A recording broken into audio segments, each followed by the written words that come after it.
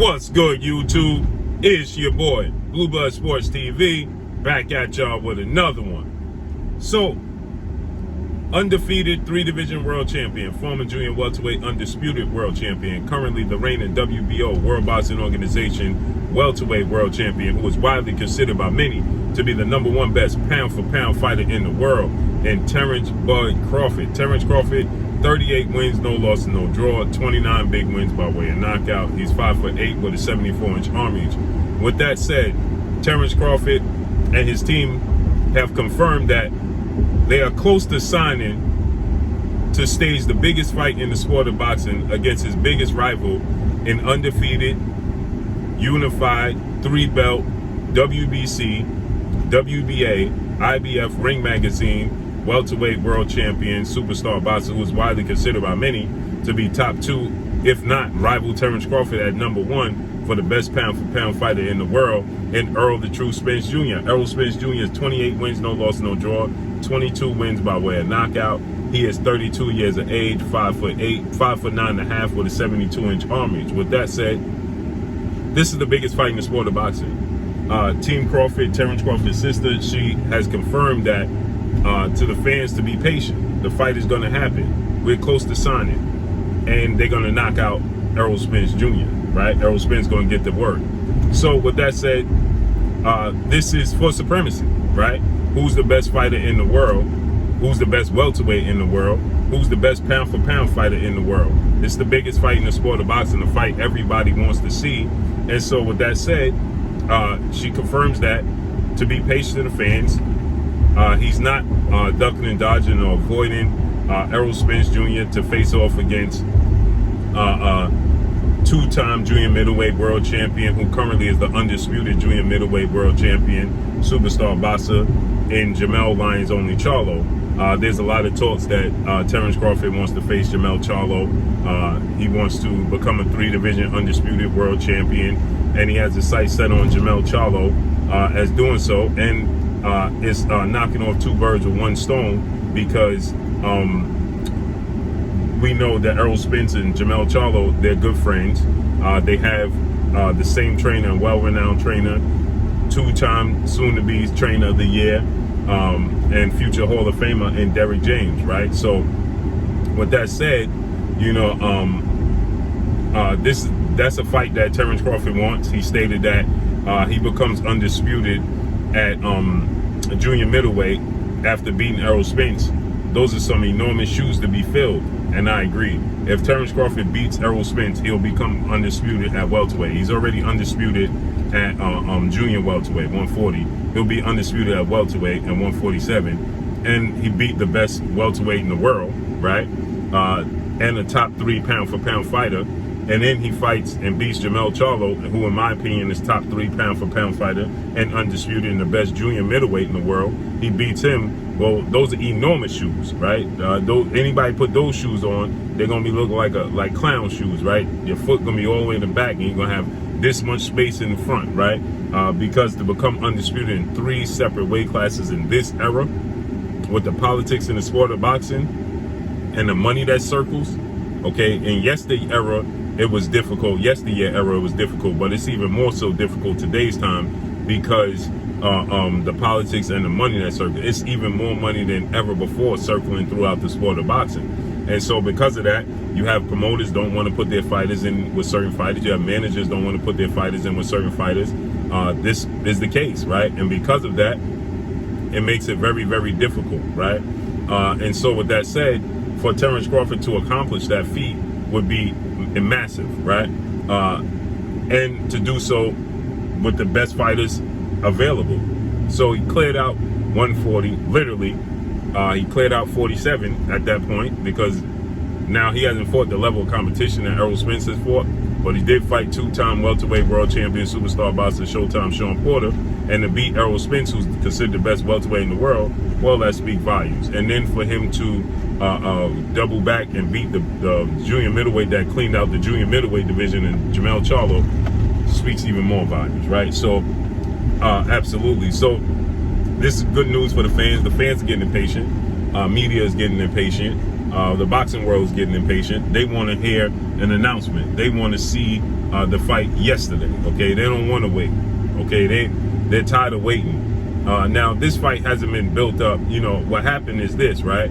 You got to keep in mind that massive mega showdown that took place between Floyd Money Mayweather Jr., who was 5-division world champion, retired undefeated Hall of Fame superstar boxer Floyd Mayweather Jr., and Floyd Mayweather Jr. and 8-division world champion, iconic Filipino superstar boxer Manny Pacquiao. Okay, when that took place, it was 5 years after it was being talked about. 5 years, okay? For 5 years that fight was being talked about, and it didn't come to fruition for 5 whole years, okay? And by the time it happened, Floyd Mayweather was 37, 38. Manny Pacquiao was 35. And people viewed it as being way past it, not to mention the style matchup, right? Floyd Mayweather is a counterpuncher. He's a pure boxer. He's a defensive-minded first fighter, right? And so Manny Pacquiao is the aggressor, right? Very aggressive, very athletic, very explosive. And so everybody expected, it to be, action-packed fight. But if you know anything about the sport of boxing, you knew Floyd Mayweather was going to nullify anything Manny Pacquiao did great. He was going to nullify the left hand.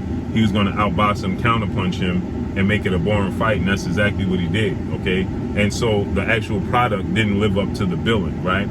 The fight, it broke all records, 4.6 million pay-per-view buys. It generated $600 million in revenue, okay? The most lucrative, biggest anticipated fight in the history of the sport of boxing, hands down. But the fight itself didn't live up to the billing. It just didn't live up to the billing, to the standards of the fight. And many people place blame on the time, right? It took 5 years too long for it to happen.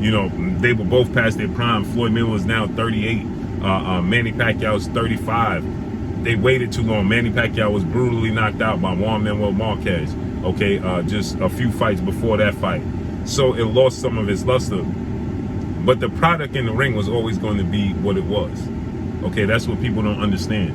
The actual product in the ring was always going to be exactly what it was.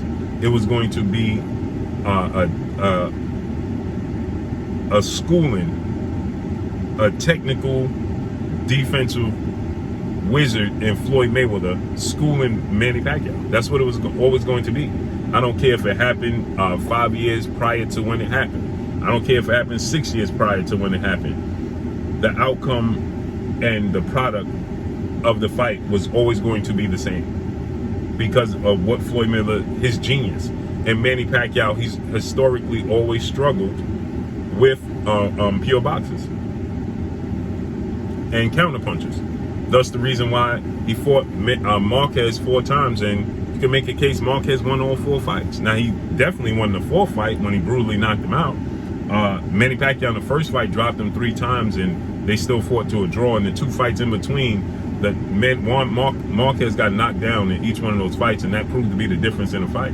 So why? Because of Marquez's style, what Marquez does, his ability to box, his ability to counterpunch. It was always going to be that outcome was always going to be the outcome, right? It's just people didn't accept it because people felt like, well, Manny Pacquiao wasn't the same. This fight with Terence Crawford and Errol Spence is going to live up to the billing. They're not past their prime. The style of the fighters, okay? Errol Spence is a big natural southpaw that's technically fundamentally sound, but very, very aggressive, understands distance, goes to the body, and very durable, right? Terence Crawford, extreme power in both hands, the ability to switch from southpaw to orthodox, and he has the dog and a chip on the shoulder. Both of them have a massive chip on the shoulder. Both of them have that inner dog. And so they're both in their prime, they're both undefeated. By the time Manny Pacquiao fought Mayweather, he was already knocked out 3 times in his career, okay? And outboxed multiple times. So that's not the case with Errol Spence or Terence Crawford. So this fight is going to live up to the billing, and this is great news. Now, I know Team Crawford, they're not happy with blue, but that's okay. It's about the sport of boxing. I'm in love with the sport of boxing before anything, and as the fans should be. And so this is huge news for the fans. I believe we're going to get it in a timely manner. Obviously, you're going to get a lot of different speculations. Some people are going to say it's happening in October. Some people are going to tell you it's November. At the end of the day, as long as it happens, that's what's most important. So let's see how this unfolds and plays out. But that's all I got for y'all. Make sure you hit the like button. Drop a comment in the comment section. Let me know what y'all think. Y'all already know what it is. It's your boy Blue, Blue Blood Sports TV. Hate, like, comment, and subscribe. If you haven't subscribed, hit the subscribe button, hit the like button, hit the bell icon to get all the new notifications. Follow me on Instagram at Blue Blood Sports TV, all in one word. Y'all already know what it is. Shout out to the entire LDBC. Shout out to New Media. Shout out to Black Media Row. Make sure you like and share these videos. That's all I got for y'all. Peace.